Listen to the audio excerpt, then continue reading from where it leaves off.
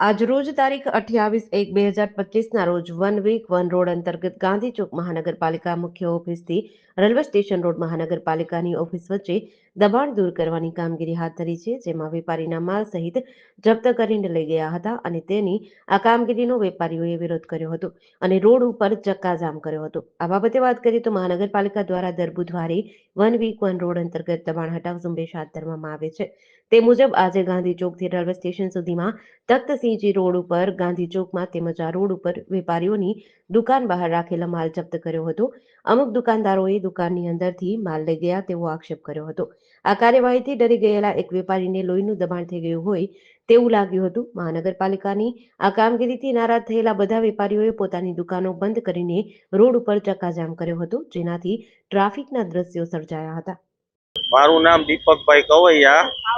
છેલ્લા 2 મહિનાથી આ નગરપાલિકાના જે આ કમિશનર સાહેબ કયો જે કાંઈ કયો આ રોડ ઉપરથી અવારનવાર માલ ભરી જાય છે, જે અમારી હદમાં હોય છે. જે માલ રોડ ઉપર નથી હોતો તો એ માલ ભરી જાય છે, તો એને હક કેનો છે?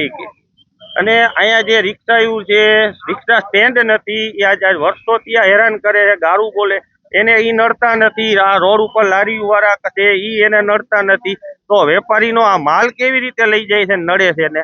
અમે 30 વેપારી છીએ, એમાં 30 વેપારીના 4-5 વેપારીના અત્યારે હાલમાં માલ ભરી ગયા છે. કારણ વગરના માલ ભરી જાય છે એનું. અને ઓટા ઉપર જે માલ પડ્યો છે કે જેની દુકાન ને 1 ફૂટની અંદર જ છે. મારો પ્રશ્ન એ છે સાહેબ, મારા ભાઈ દુકાનના ભાઈના અંદર માલ હતો, બરાબર. હું ઉભો તો ઓલા ભાઈ કે ક્યાં લઈ લ્યો, તો લઈ ગયા. સમજા, મારો કોઈ ગુનો નથી, કાંઈ વાગ નથી સાહેબ. અમે નાના માણસ છીએ, સમજા.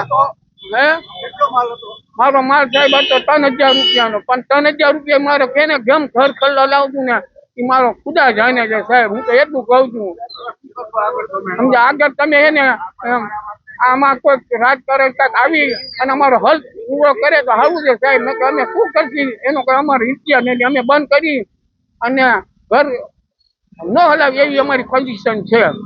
જેડીસી ન્યૂઝ સાથે શ્રીકાંત પટેલ, મોરબી.